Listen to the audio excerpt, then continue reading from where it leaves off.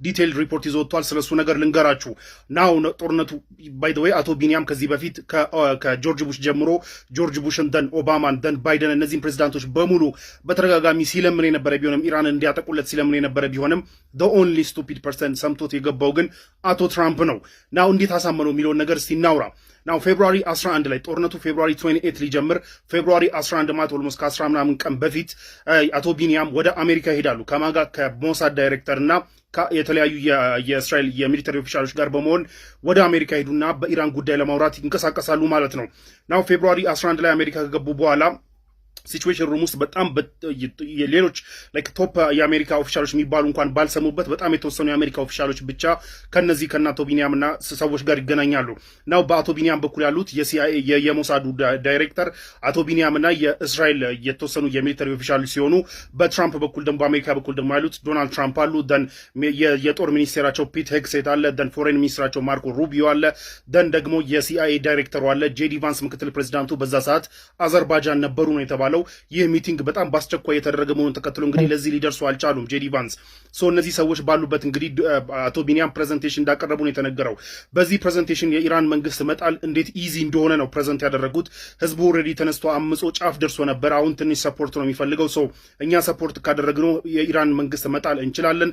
ደን በአሜሪካና በዓለም በኩል ያለው ስጋት ሆርሙዝ ሰርጠን ኢራን ትዘጋለች የሚለውም ኢሚዲየትሊ መፍታት የሚቻል ነው። የኢራንን ባሊስቲክ ሚሳይል ፕሮግራም እንዲሁም ኔቪዎቿን ወዲያው አጥቅተን ሳምንት ባልሞላ ጊዜ ውስጥ በጣም በትንሽ ጊዜ ውስጥ ማዳከም ስለምንችል ሆርሙዝን መዝጋት አይችሉም። ፕራክቲካሊ መዝጋት እንዳይችሉ አድርገን ማዳከም እንችላለን። ቀላል ነገር የሚያሳስብ ነገር አይደለም ብለው ፕሬዘንት ማድረጋቸው ታውቋል። በሌላ በኩል ደግሞ ዲካፒቴት ካደረግነው አያቶላውን መግደል አለብን። አያቶላውን ከገደልነው መንግስቱ ራሱ ኮላፕስ ሊያደርግ ይችላል። ደን ደግሞ ኦን ቶፕ ኦፍ ዳት ደግሞ አያቶላው ከተገደሉ ኤንድኛ ጥቃት ከፈጸምን ህዝቡ ይነሳልናል ብለው ፕሬዘንት አድርገዋል። ህዝቡ ይነሳልናል። በጎን ደግሞ ኩርዶች ይገባሉ። የኢራን ሴኩሪቲ ፎርሶች እኛ ከላይ በአየር እያጠቃን እኛ ቢዚ እያደረግናቸው፣ በዚህ በኩል ህዝቡ ተነስቶ ቢዚ ሲያደርጋቸው፣ በዛ በኩል ደግሞ ኩርዶች ከፍተው አናደር ግንባር ሲከፍቱባቸው፣ በእነዚህ ሶስት አቅጣጫዎች ስትሬን ሲደረጉ ሲወጠሩ፣ ኦን ቶፕ ኦፍ ዳት ደግሞ አያቶላው ሞተው ባለበት ሰዓት ይህ ሁሉ ነገር ሀፕን ሲያደርግ ኮላፕስ ማድረጋቸው የማይቀር ነውና ሆርሙዝ ይዘጋል ምናምን የሚባለውና እንዲሁም ወደ ጎረቤት አገራቶች ያሉ የገልፍ ስቴቶች ላይ ያሉ የአሜሪካ ስቴቶችን ያጠቃሉ የሚለው ስጋት ምንም እዚህ ግባ የሚባል ስጋት አይደለም የሚል ፕሬዘንቴሽን እንዳቀረቡ ታውቋል። አቶ ቢኒያም ይህንን ፕሬዘንቴሽን በኮንፊደንስ ፕሬዘንት አድርገው ልክ እንደጨረሱ ዶናልድ ትራምፕ ኢት ሳውንድስ ጉድ፣ ይሄ አሪፍ ነገር ይመስለኛል ብለው ወዲያው እንደመለሱና ነገር ግን የዶናልድ ትራምፕ አድቫይዘሮች የዶናልድ ትራምፕ ዙሪያ ያሉት ባለስልጣናቶች ማርኮ ሩቢዮ ምናምን እነዚህ የመሳሰሉት ኢቨን የሲአይኤው ዳይሬክተር ስኬፕቲካል ናቸው። በዚህ ጉዳይ ብዙም ጥርጣሬ ያለባቸው መሆኑን ተከትሎ እንግዲህ ተወያይተን ሀሳባችንን እናሳውቃቸዋለን ብለዋቸውና አቶ ቢኒያም እንደተመለሱ ታውቋል። ያኑ ቀን ፌብሩዋሪ 11 ማታ ላይ እንግዲህ ያኑ ቀን ከስብሰባ በኋላ የሲአይኤው ዳይሬክተር ሲአይኤ አቶ ቢኒያም ያቀረቡትን ፕሬዘንት ተከትሎ ሲአይኤ ደግሞ ፕሬዘንቴሽን ተከትሎ ሲአይኤ ደግሞ የራሱ የሆነ ኢንፎርሜሽን አለው። ያንና ይህንን አስተያይቶ አናደር ሪፖርት እንዲያቀርብ ለነጋታው ለፌብሩዋሪ 12 ቀጠሮ የሰጠውና ሲአይኤ አዳሩን እንግዲህ ያንን አሰስ ሲያደርግ እንዳደረ ነው የተነገረው። ናው ፌብሩዋሪ 12 ላይ እንግዲህ መልሰው ተገናኙ። እነዚህ የዶናልድ ትራምፕ ፎሬን ሚኒስትራቸው ማርኮ ሩቢዮ ደን የጦር ሚኒስትሩ ፒት ሄግሴት እና ጄዲ ቫንስም ደግሞ ከሄዱበት አዘርባይጃን ተመልሰው ተገናኙ ማለት ነው። እና የሲአይኤው ዳይሬክተር ፕሬዘንት አደረገ። እንዲሁም ደግሞ በዚህኛው ሚቲንግ ላይ የአሜሪካ ቶፕ ጀነራል የሆኑት ጀነራል ዳን ኬንም እንደተገኙ የተነገረው። ናው ይህ ፕሬዘንቴሽን ይህንን ፕሬዘንቴሽን ተከትሎ እንግዲህ ሲአይኤ ደግሞ የራሱን ፕሬዘንቴሽን ያቀርበዋል። ሲአይኤ የአቶ ቢኒያም ፕሬዘንቴሽን በአራት ከፍሎ ነው ያቀረበው። አንደኛው ዲካፒቴት ማድረግ አያቶላውን መግደል የሚባለው ነገር ይቻላል ብሎ ነው ሲአይኤም ያቀረበው። ሁለተኛው ደግሞ የኢራንን ሚሊተሪ ፓወር ማዳከም ይቻላል፣ ይሄ ኔቪዋን እና ባሊስቲክ ሚሳይል ፕሮግራሟን ማዳከም ይቻላል የሚለው እሱም ይቻላል ብሎ ሲአይኤ አሰስ እንዳደረገ ቀርቧል። ሶስተኛውና አራተኛው ግን ምንድነው? ሶስተኛው የህዝቡ ይነሳልና እንዲሁም ኩርዶች ይመጡልናል የሚባለውና የኢራን መንግስት መገልበጥ እንችላለን የሚለው ግን የማይሆን ፕላን እንደሆነ ኢቨን ሲአይኤ ፋርሲካል ብሎ ነው ፕሬዘንት ያደረገው። ፋርሲካል ማለት በጣም ሬዲክለስ የሆነ የሚያስቅ የሆነ እዚህ ግባ ማይባል ፕላን ነው እና ይህ የሚያስኬድ አይደለም የሚል ነገር ፕሬዘንት እንዳደረገ ታውቋል ሲአይኤ።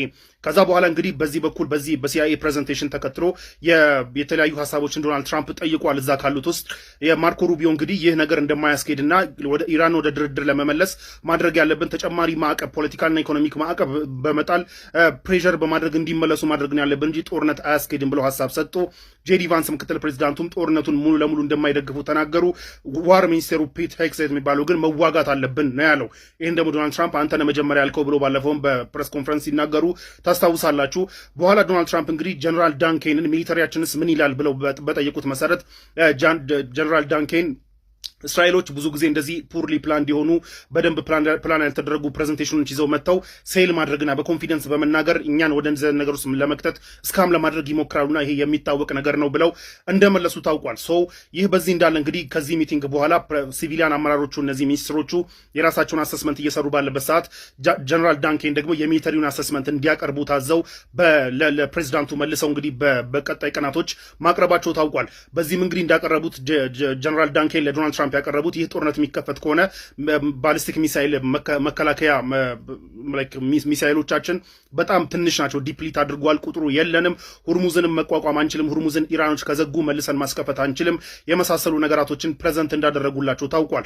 ዶናልድ ትራምፕ ግን የጀነራል ዳንኬንን ፕሬዘንቴሽን መቀበል እንዳልፈለጉና ኖ ያ ሁሉ ነገር ሁርሙዝ ሳይዘጋ እንዲሁም የኛ ባሊስቲክ ሚሳይል መከላከያ ሲስተም ዲፕሊት ሳያደርግ በፊት የኢራን ባሊስቲክ ሚሳይል ፕሮግራምን እናወድሟል፣ እንዲሁም የኢራንን ኔቪ ሁርሙዝን ከመዝጋቱ በፊት ማውደም እንችላለን ብለው ዲስሚስ እንዳደረጉትና የጀነራል ዳንኬንን ፕሬዘንቴሽን እንዳልተቀበሉ ታውቋል። ጀነራል ዳንኬን ደግሞ እንደ አንድ ሚሊተሪ ኦፕሽኖች ከማቅረብ ውጭ ዶናልድ ትራምፕን ማዘዝ የማይችሉ መሆናቸውን ተከትሎ እንግዲህ ዝም እንዳሉ ነው የታወቀው። ከዛ በኋላ እንግዲህ ዶናልድ ትራምፕ የጀነራል ዳንኬንን ዲስሚስ አድርጓል። ዶናልድ ትራምፕ እዛ ጋር እየተነገረባቸው የነበረው ነገር ምንድን ነው? አንድ ላለፉት 47 ዓመታት ለአሜሪካ ውጋት ሆና የቀጠለችውን ኢራን ያለፉት 47 ዓመት ሙሉ ያለፉ የአሜሪካ ፕሬዚዳንቶች ኢራንን ማስተንፈስና ይህን ሬጂም መጣል አለመቻላቸውን ተከትሎ አይ ዊል ቢ ዘ ፈርስት ፕሬዚዳንት፣ እኔ የመጀመሪያውና ትልቁ ፕሬዚዳንት ሆናለሁ ኢራንን ማስተንፈስ የቻለ የሚል ኢጎ እንደነበረባቸውና ይህንን ማሳካት እንደሚፈልጉና ይህ እድል እንዳያመልጣቸው ሲፈልጉ እንደነበረ ነው እየተነገረ ያለው። ለዛ ነው የሚቀርብላቸውን አሰስመንቶች በሙሉ ወደ ጎን ሲያደርጉ እንደነበር የታወቀው። ይህ በዚህ እንዳለ እንግዲህ እስራኤሎች ሌላ ኢንፎርሜሽን ለአሜሪካ መላካቸው ታውቋል። እሱ ምንድነው? አያቶላው በቅርቡ ከቶፕ አድቫይዘሮቻቸው ጋር ስብሰባ ሊያደርጉ ነው። ኦፕን ዴይላት ኦፊሳቸው ስብሰባ ሊያደርጉ ነውና the only option ያለን ይሄ ነው፣ ይሄንን እድል መጠቀም አለብን፣ ይሄንን እድል ተጠቅመን መግደል አለብን አያቶላውን የሚል ነገር መቅረቡን ተከትሎ እንግዲህ እንደገና ፌብሩዋሪ 26 ጦርነቱ ፌብሩዋሪ 28 ሊጀመር 26 ላይ እንደገና ሲቹዌሽን ሩም ላይ እንደተሰበሰቡ ነው የታወቀው። እዛ ሲቹዌሽን ሩም ላይ ሲሰበሰቡ ግን ሁሉም አቋሙ ታውቋል። ጦርነት የሚፈልገውም የማይፈልገውም አቋሙ ታውቋል። ግን ተሰበሰቡ። የተወሰኑ ሌሎችም ባለስልጣናት እዚህ ላይ ተጠርተው ነበረ። ናው ይህ ነገር በዚህ ጉዳይ ምን እናድርግ ተብሎ ሲባል የዋር ሚኒስተሩ ፒት ሄግሴት ፕሬዘንቴሽን ያቀረቡ ጦርነቱን መዋጋት አለብን ብለው ደን ደግሞ ጀነራል ዳንኬን ደግሞ ጦርነቱን የምንዋጋ ከሆነ ደግሞ መጀመሪያ ልናጠቃቸው የምንችላቸው ፖዚሽኖች እነዚህ ናቸው ብለው ፕሬዘንት አደረጉ። ይህንን ተከትሎ እንግዲህ ያሉት ሌሎች ኦፊሻሎች ደግሞ ዶናልድ ትራምፕን ደግፈው መዋጋት ካለብን እንዋጋ ብለው ሀሳብ እንደሰጡ ታውቋል። ደን ማርኮ ሩቢዮ ደግሞ ፎሬን ሚኒስትሩ ደግሞ አሁንም መዋጋት እንደማይፈልጉና ነገር ግን መዋጋት ካለብንም የኢራን ባሊስቲክ ሚሳይልና የኢራን ሚሊተሪ ማዳከም የሚለው ነው እንጂ መንግስት መጣል የሚባለው ከሆነ ጎላችን እንደማይሳካ እንወቅ፣ ካሁኑ እንደማይሳካ እንወቅ ብለው እንደተናገሩ ታውቋል።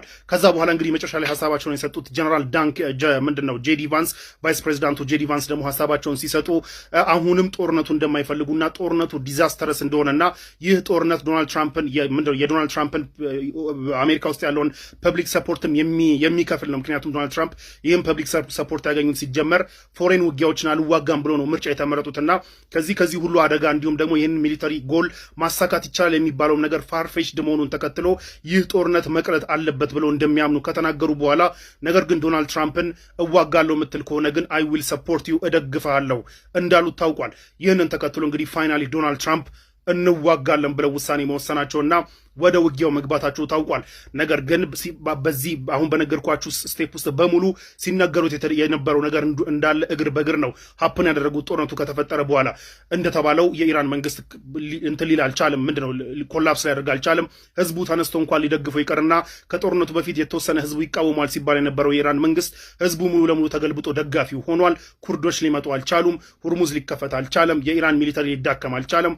ኢራን ሪጅን ውስጥ ያሉትን የዩኤስ ሴቶች መምታት ትችላለች። ይህ ሁሉ ነገር እንግዲህ መካሄዱን ተከትሎ አሁን ደግሞ ዶናልድ ትራምፕና አቶ ቢኒያም መቃቃር ውስጥ እንደገቡና ጭቅጭቅ ውስጥ እንደገቡ እየተነገረ ነው ያለው። ምክንያቱም አቶ ቢኒያም ፕሬዘንት ያደረገው ፕላን ኮምፕሊትሊ ፌል ማድረጉን ተከትሎ ማለት ነው። ለማንኛውም ይህ ፕላን ኮምፕሊትሊ ፌል ማድረጉን ተከትሎ እንግዲህ ድርድር አማራጭ የሌለው ነው ተብሎ ድርድር ሊካሄድ እንደሆነ ታውቋል ማለት ነው። ከጀርባ ያለው ፕላን ይሄ ነው። ሪፖርቱን ይዞት የወጣው ኒውዮርክ ታይምስ ነው። ፈርደር አንብቡት ግቡና